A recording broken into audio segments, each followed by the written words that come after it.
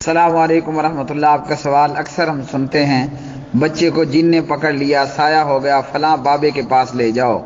تو اس کا میں نے جنات پکڑنا اور ان سے کام کروانا، اس میں تقریباً اس کا رد کر دیا ہے۔ اس بات میں تو کوئی شک نہیں ہے کہ جنات آتے بھی ہیں، جنات کی طرف سے آسیب بھی ہوتا ہے وغیرہ وغیرہ، یہ تمام معاملات ہوتے ہیں۔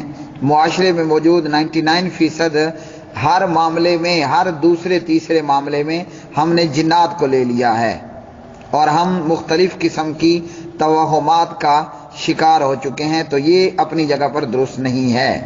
اب یہ کہ کوئی اللہ والا ہے اس سے جا کر دم کروایا جائے وغیرہ وغیرہ، یہ ضروری نہیں ہے۔ گھر میں موجود باپ ہے، ماں ہے، دادا ہے، دادی ہے، نانا ہے، نانی ہے، قریب موجود مسجد کا امام ہو، اس سے جا کر آپ دم کروائیے۔ اور بعض لوگ کیا کرتے ہیں کہ بعض بندے مخصوص کر رکھے ہوتے ہیں کہ فلاں پنڈی والی سرکار وہ جن بھگانے میں بڑی کمال رکھتی ہے، فلاں علاقے والی سرکار، فلاں گجرا والے، سیال کوٹ وغیرہ وغیرہ میں جو بابا ہے نا، وہ جنوں کو بھگانے کا بڑا اچھا کام کر لیتا ہے۔ تو یہ جو مختلف طریقہ کار ہیں یہ درست نہیں ہیں۔ اسی جواب کے آخر میں جنات پکڑنا، کام کروانا، غالباً میں نے یہ بتایا ہے کہ اب ہم پھر کیا کریں جب بابوں کے پاس بھی نہیں جانا اور یہ معاملہ تقریباً غلط ہے۔ تو حصن المسلم، مکتبہ دارالسلام، مکتبہ دارالاندلس بہت خوبصورت چیز ہے۔ ہم نمازوں کی پابندی کریں، سورہ کہف کی تلاوت کریں، جمعے کے دن روزانہ سورۃ البقرہ کی تلاوت کریں، گناہ سے بچنے کی عادت بنائیں۔ صبح شام کے اذکار ہیں، نمازوں کے بعد کے اذکار، ان اذکار کی جو بھی پابندی کرنے والا صحیح العقیدہ ہے، وہ گھر میں موجود باپ، دادا، نانی، نانا جو ہے، قریب کا مسجد کا امام ہے، صحیح العقیدہ بھی ہو، بدعتی اور بد عقیدہ سے بھی دم وغیرہ نہیں کروانا، تو ان افراد میں سے کسی ایک سے بھی دم کروایا جا سکتا ہے۔ نیز اگر بندہ بڑا ہے، اللہ نہ کرے مجھ پر کوئی جنات آج چڑھتے ہیں، تو مجھے باہر جانے کی کیوں ضرورت ہے؟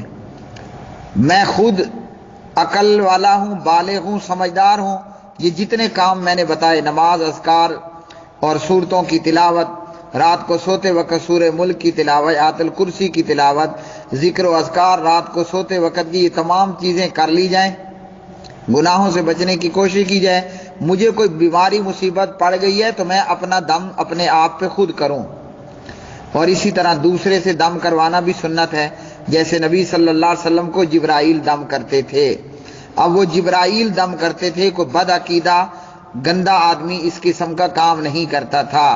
تو اگر صحیح العقیدہ شخص ہمارے ساتھ موجود ہے، یہ نہیں کہ ہم یہاں سے اٹھ کر مرید کے جائیں اور عبدالسلام بن محمد کو پکڑیں اور اسے کہیں کہ بابا جی آپ دم رکھو۔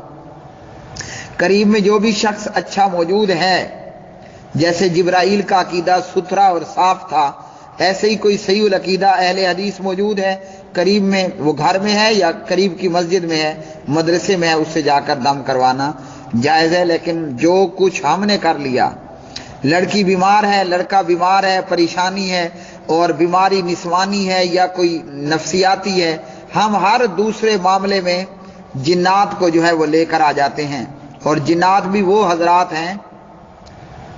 حضرات ہیں کہ سورۃ الجن میں اللہ نے فرمایا، جن کو جب یہ معلوم ہو جائے کہ یہ مولانا یا حضرت جی مجھ سے ڈر رہا ہے، تو پھر ایسے جن بھی بندوں کو تنگ کرنے لگ جاتے ہیں۔ یعنی میرے الفاظ میں جن ایک ایسی چیز ہے کہ کتے کی مثال ہے اس کی، جو شیطان جن ہے، ابلیس کا پیروکار، اس کی مثال ایک کتے کی سی ہے۔ اگر آپ کتے سے ڈر کر بھاگیں گے تو نتیجہ کیا ہوگا؟ کتا آپ کے پیچھے دوڑے گا اور کاٹے گا، 1 2 4 کتے اور بھی پیچھے لگ جائیں گے۔ اور اگر تھوڑی سی ہمت کر کے ایک روڑا مٹی ڈھیلا اٹھائیں اور کتے کو ماریں تو کافی کچھ فائدہ ہو جائے گا۔ اس لیے ہر معاملے میں جن کرنا، ڈر جانا اور دوڑ پڑنا، آ لگے بابوں کے پیچھے چلنے میں۔ اور میں نے دیکھا ہے اپنی آنکھوں سے اور ایسے لوگوں کو سنا کہ جب وہ ہر معاملے میں یا ہر تیسرے دوسرے معاملے میں جنات لے کر آتے ہیں، پھر کسی ایک بابے پر ان کا رکنا نہیں ہوتا، کبھی پنڈی میں تو کبھی لاہور میں، کبھی سیال کوٹ میں تو کبھی گجرانوالہ میں، کبھی منڈی بہاؤالدین میں تو کبھی شیخو پورہ میں، ان کا پھر قبلہ بدلتا ہی رہ جاتا ہے، جبکہ مصیبت کا حل خود ہمارے گھر میں موجود۔ کوئی جنات آ گیا، جن آ گیا، اسیب ہو گیا، مٹی کا ڈھیلا کیا ہے؟ سورہ کاف، سورۃ البقرہ پڑھیے اور کہیے اس شیطان کو، یہ جن کو میرے قریب آ کر یہ دکھائے۔ واللہ عالم الصواب۔